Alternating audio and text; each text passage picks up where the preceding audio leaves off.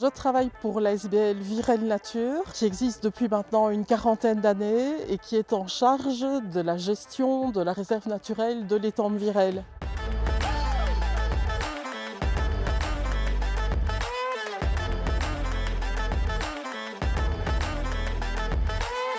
Alors ce qui est vraiment particulier à Virel, c'est qu'on a 3 piliers d'activité. Donc bien sûr, comme c'est une réserve naturelle, il y a tout l'aspect conservation, restauration des milieux naturels.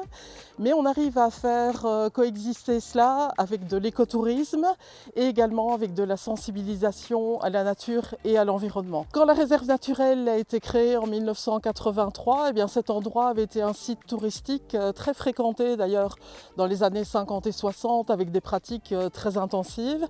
Et puis ce type de tourisme a commencé à décliner dans les années 70 et ça a été l'occasion pour 3 associations de protection de la nature de créer ce magnifique projet. Alors pour pouvoir accueillir 30 000 visiteurs par an, c'est vrai qu'on a un petit peu cloisonné les choses.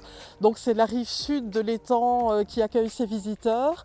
Il y a 20 ans, en 2004, on a pu construire un grand centre nature qui a pris le nom d'Aquascope Virel et qui est maintenant le nom de tout le domaine touristique. Donc il y a un magnifique parcours de découverte au bord de l'étang. Et puis pour terminer, bien sûr, on peut faire un petit crochet par la plaine de jeux.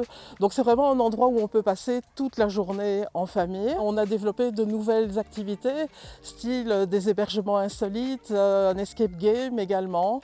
Et puis alors on a des journées événementielles qui s'égrènent tout au long de l'année, telles que la nuit des étoiles filantes, la fête du miel et de la nature, parce qu'on a également la maison de l'abeille noire à Virel.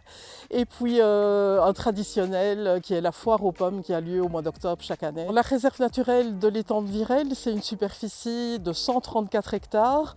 Alors évidemment, il y a déjà 80 hectares rien que pour le plan d'eau. Alors autour de cet étang, on va retrouver des grands espaces marécageux, donc des grandes roselières, des prairies humides, des prairies de fagne. Alors ce qui est intéressant, c'est qu'on est aussi en limite entre la fagne et la calestienne, qui est une région calcaire. Donc au niveau des sols, là aussi, c'est une source de diversité. C'est vraiment très très intéressant. Virel est très renommé notamment pour les oiseaux aquatiques. Là aussi on a créé des îlots qui ont été installés dans l'étang à la suite de très grands travaux qu'on a fait il y a 3 ans. Les oiseaux peuvent se reposer pendant les migrations notamment, peuvent se nourrir et peuvent nicher. Donc on a pas mal de gens qui viennent observer maintenant les oiseaux à Virel et ça c'est une forme de reconnaissance. Parmi les espèces prestigieuses, là ça fait 4 mois qu'on a un pigargue à queue blanche presque adulte et donc on peut espérer que cette espèce niche pour une première fois en Wallonie. Notre 3e pilier d'activité, bien entendu, c'est tout ce qui concerne l'éducation et la sensibilisation à la nature et à l'environnement. Donc bien sûr, c'est l'accueil des groupes scolaires, toute une série de formations également qui s'adressent par exemple aux enseignants dans le cadre de l'école du dehors. On a également ce jardin qui vous présente différentes plantes un peu par thématique. On a la maison des plantes également qui accueille toutes sortes de formations, que ce soit sur les plantes comestibles, médicinales, etc.